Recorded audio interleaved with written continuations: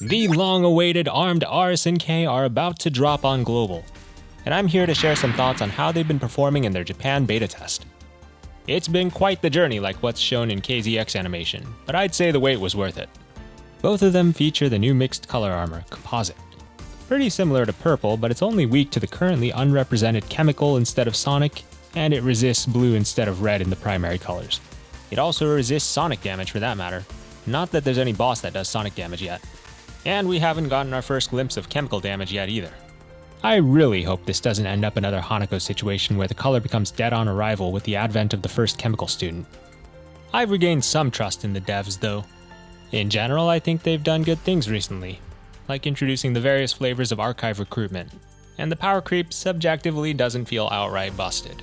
I think they'll take the lessons they learned from the Pink Plague and do better with the early students of Green to make it a healthy and balanced color. Don't let me down, John. And with armor out of the way, let's get into the Aris bit. Aris is strong. There's no way a Gundam wouldn't be strong. It's not the start of Season 2 yet where the mob mechas have started catching up to the first generation hero suits. While the way she gets there breaks the mold a bit, essentially she's mostly big damage. The concept of having and eating your EX card isn't entirely new. You can buy counterfeit EX cards realer than the originals from criminals. You can stash EX cards in your fourth mouth with the power of friendship. You can use your Gorilla Grip to ensure neither Sensei nor the EX card never ever escape your grasp. Aris' version of card redraw is very good though. Fire at the enemy if you're ready to unleash, or do a self-cast up to 2 times to add 100% extra damage each time to her EX. At 2 charges, her EX skill becomes just shy of a 4000% ratio. Strictly speaking, School Nero's effective ratio at 5 stacks against her dual target is higher at 4300%, but that requires jumping through a lot more hoops and fighting the dual duration timer. Not that Aris doesn't pay a price for it either. The cost is a jaw-dropping 12 cost combined to get to her max power. Having to charge it in 3 instances of 4 cost hurts its compatibility with most of the existing cost reduction skills too, like Seiya or Ui who only have 2 charges and would only net a 1 cost reduction after the 3 cost to use them.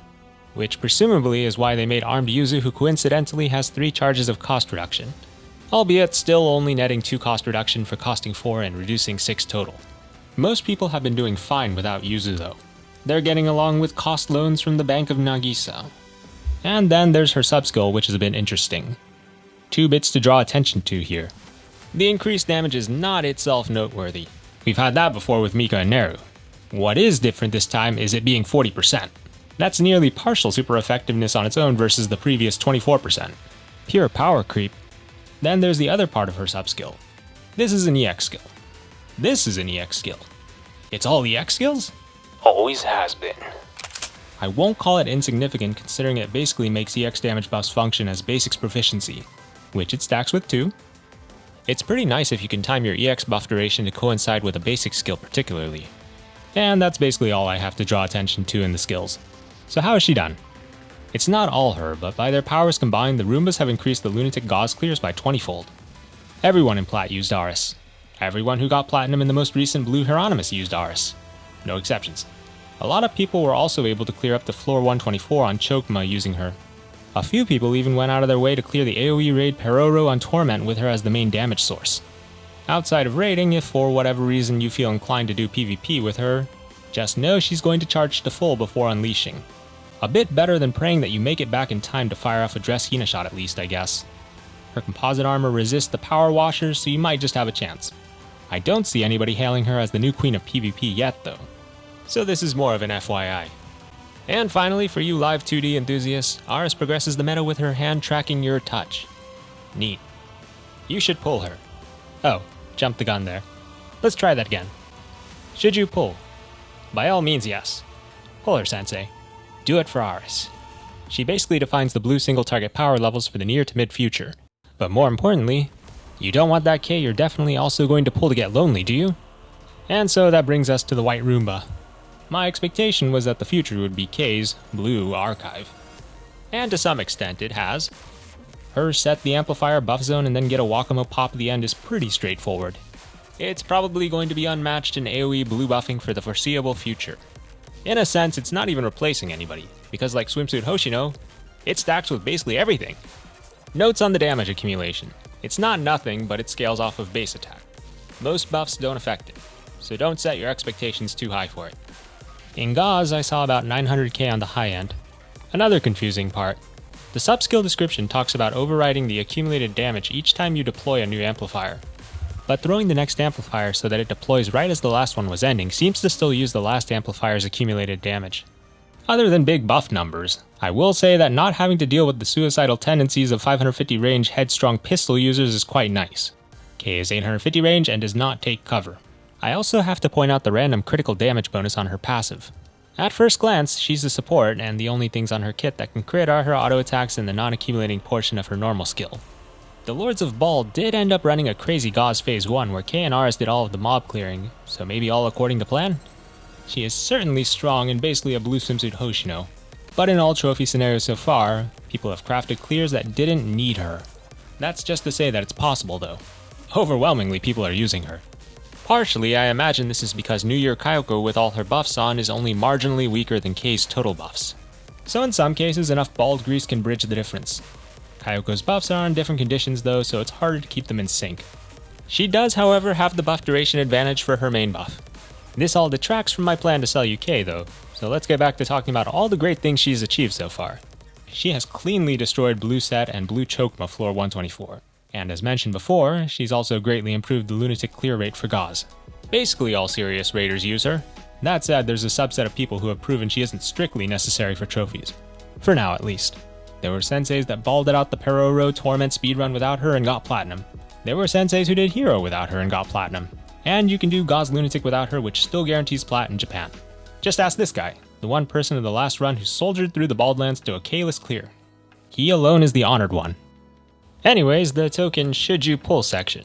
Yes, definitely do that. Most people use her, and by all means you should probably get her.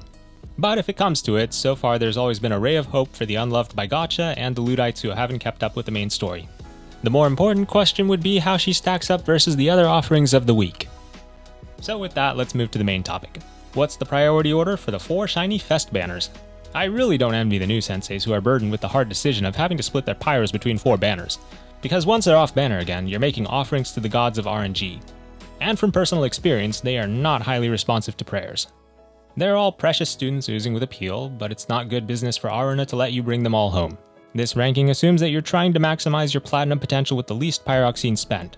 If you don't care about meta, you're free to continue your healthy relationship with this game pulling according to whoever's design or personality tickles your fancy.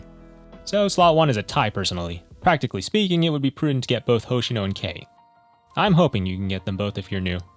Armed Hoshino performs a number of core mechanics that would be hard to replace, like Gregorius where she has effectively a 4-cost 95% uptime debuff you set once, or Shirokuro where she soaks sticky bombs and bops balls back, or a myriad of other random places where the defense down debuff or repositioning makes a difference.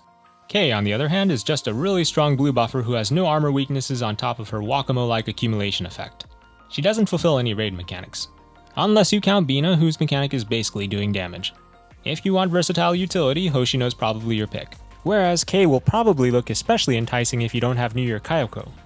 Third, there's Aris. Assuming you're playing economically and have assembled most of the common S-tier supports, you could get by borrowing Aris. That assumes that we stay in the Torment 1-team speedrunning phase for a while longer though. You certainly want her if you're going to be challenging blue lunatics. Japan at least is starting to move into the lunatic for platinum phase in some cases. So losing out on Aris might leave you high and dry if you had to field 2 Arises. Or if there's a case where you'd have to borrow a rarer support and Aris is the main DPS. I rank her ahead of Kuroko because I feel like the winds of speedrunning will generally favor Aris' more traditional nuke EX over Kuroko's pseudo EX normal skill plus auto shred. And that's why Kuroko is number 4. When allowed, she does good in PvP. Her standing within blue single target is still high, especially with all the support pieces put in place recently for all things non-EX like Ritsu and Magical Suzumi. But you don't get trophies for being the best at Fury of Set or PvP. Don't get me wrong, it hurts me to rank them considering they're all our precious students, and after reading Volume F, only a monster would want to skip Kuroko. You asked us? Please, take care of my students. Well, sorry sensei, some of us won't be able to keep that promise. Do whatever you think will bring you the most fun in any case. There's more to life than being a meta slave. Or so people tell me at least. That's it for today. If you want some lighthearted thoughts on Ryo and Himari or to vicariously live some Roomba pulls, I've got some videos of that as well. If I've made factual mistakes or some profound things that the class should know show up in the comments, there will be a pin. Otherwise, I'd love to hear what you think about the Fest banners in the comments. Thanks for watching.